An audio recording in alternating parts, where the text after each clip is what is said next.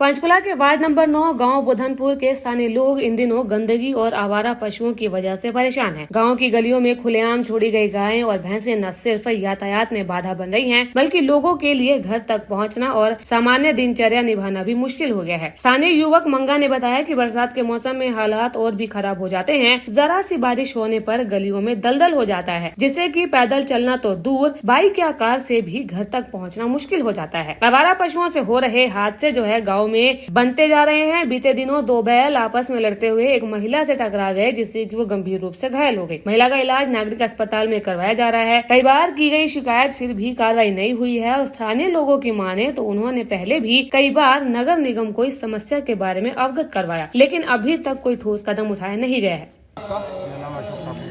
अशोक जी, क्या समस्या आ रही है, आप बताएंगे जरा, क्या दिक्कत?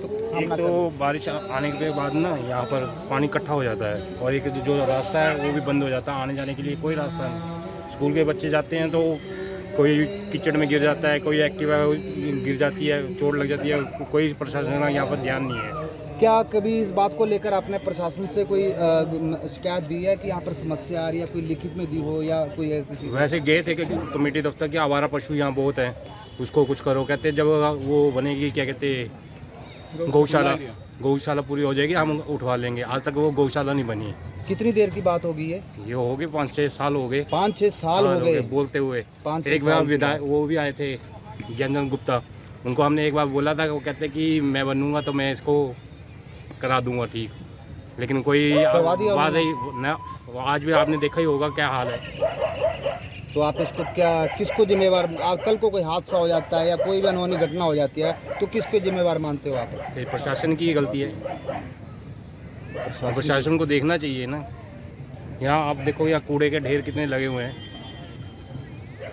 तो देख सकते हैं जिस तरह इन लोगों का कहना, कई बार यहाँ पर लोग पहुँच चुके हैं, लेकिन इस बात पर ये पुष्टि नहीं कि यहाँ पर कोई समस्या का हल हो पाए। हालांकि स्थानीय लोग बीते दिनों भी एक पानी की समस्या को लेकर हमने खबर प्रमुखता से प्रकाशित की थी, लेकिन उस पर भी कुछ समय बाद ही कार्रवाई की गई है।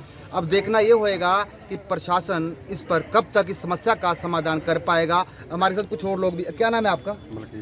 मलकीत, क्या समस्या आ रही है? आपके घर यहाँ पर है, शिकायत होगी, लेकिन फिर भी आपके घर आने के लिए आपको समस्या आ रही है? रास्ता नहीं है, रास्ता बिल्कुल नहीं है।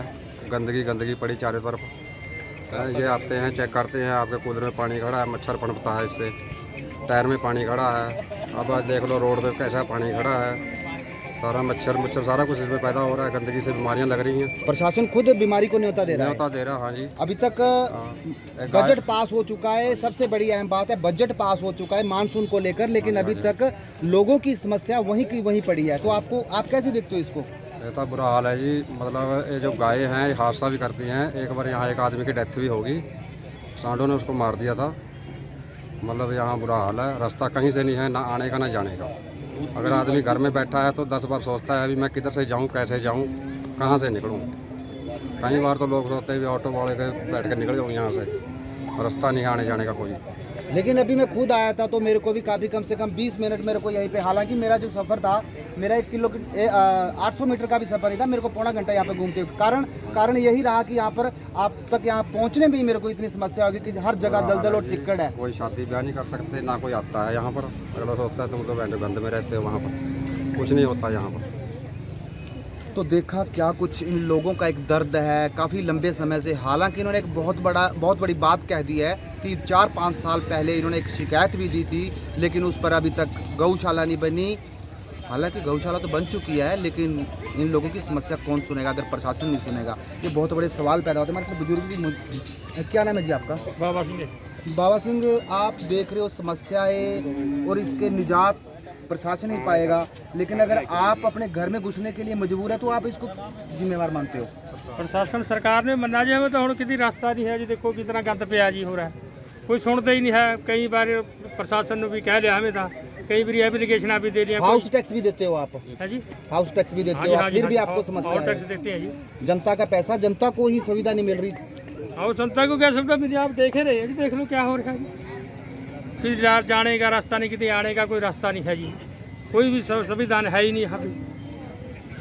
तो देखा और सुना भी होगा आपने कि किस तरह इस समस्या के निजात मिल पाएगी या फिर मामले को ऐसे ही दफना दिया जाएगा, वो आने वाला समय ही बताएगा। हालांकि हम इस मामले को लेकर प्रशासनिक अधिकारियों से भी बात करेंगे कि शिकायत के बाद भी समय अनुसार उन लोगों की, रिहायशी लोगों की जो यहाँ पर कई सालों से बसे हुए हैं और जो यहाँ के बसिंदे हैं, उनकी समस्या का हल नहीं हो पाएगा तो और किसका हल हो पाएगा।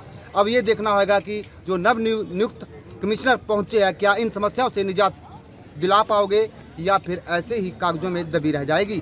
अपने सहयोगी के साथ पंचकुला से कुलदीप सैनी। सर, आज कुछ लोग आए थे जी वार्ड नंबर 9 में समस्याओं को लेकर काफ़ी देर से, तो उस पर आप कैसे करेंगे निपटारण? उनकी एक सामान्य समस्या जो उन्होंने बताई और जो एप्लीकेशन दी वो ये थी कि गली में कुछ लोग भैंस बांधते हैं जिनका गोबर के कारण दिक्कत रहती है।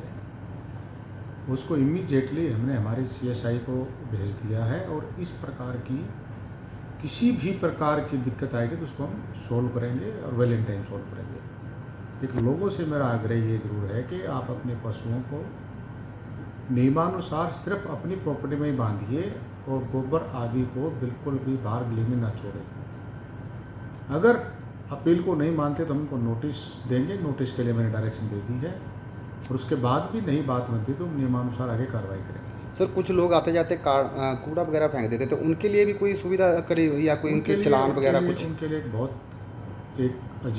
बहुत अच्छा आइडिया हमारे पास ये है कि आगे से हम CCTV कैमरे के थ्रू उन लोगों को पकड़ेंगे जो कूड़ा डालेंगे और उनको पब्लिक के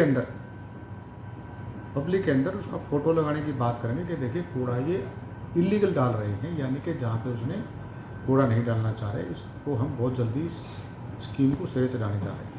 ठीक है सर। कमिश्नर RK सिंह ने गंभीर समस्या पर तत्काल कार्रवाई का भरोसा तो दिलाया है, लेकिन अब देखना ये होगा कि वार्ड नंबर 7 के लोग कब तक इस समस्या से निजात पा सकेंगे या फिर ये मुद्दा भी कागजों में ही दबकर रह जाएगा।